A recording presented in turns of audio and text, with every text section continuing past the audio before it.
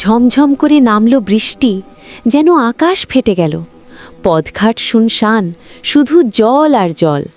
বাইরে ঠান্ডা, কিন্তু এই ভিজে রাতেও ছোট্ট একটা আলোর রেখা।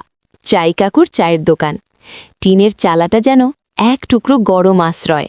ওই যে কাঁপতে কাঁপতে আসছে রাজু, ভিজে কাকের মতো অবস্থা, শীতে দাঁত কপাটি লাগছে।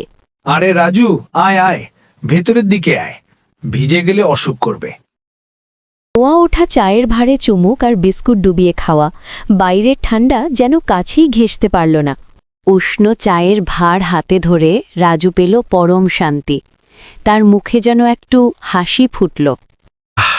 কাকু, এই চায়ে যেন ম্যাজিক আছে, সব ঠান্ডা পালিয়ে গেল। আর চাটাও হয়েছে আজকে দারুণ। অল্পক্ষণের মধ্যেই ভিড় জমে গেল। কেউ ছাতা মাথায়, কেউ বা চাদর মুড়ি দিয়ে, কেউ বা ভিজে ভিজে আসতে লাগল। হাসি গল্পে মেতে উঠল সবাই। বৃষ্টিতে মন খারাপের বদলে শুরু হলো দারুণ আড্ডা। চা শেষ, গল্পও শেষ। বৃষ্টিও ধরে এলো একটু একটু করে।